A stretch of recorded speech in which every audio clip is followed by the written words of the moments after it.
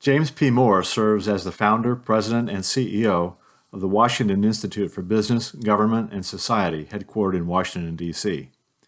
He served as U.S. Assistant Secretary of Commerce for Trade Development, and his work on international trade negotiations led to the creation of the World Trade Organization. He has also negotiated trade and economic agreements for the U.S. with Japan, China, Brazil, South Korea, and other countries. He has also served on a number of boards. Here is Mr. Jim Moore.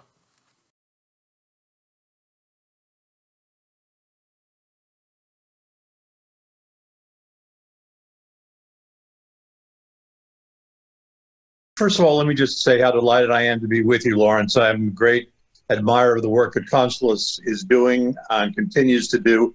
I think it's terribly important. The Washington Institute really came into existence, the Washington Institute for Business, Government, and Society, I might add, because of the lack of leadership in trying to bring those three segments together.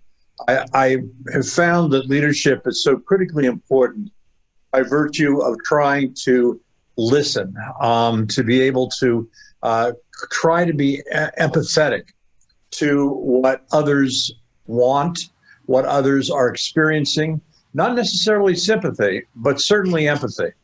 And I don't think that there's been any greater example than what's been happening to the coronavirus. Here in the United States, we have had 50 governors, governors of our territories and the mayor of the District of Columbia that have been responsible for showing their leadership skills. And in some instances, they have done very well. In other instances, they haven't.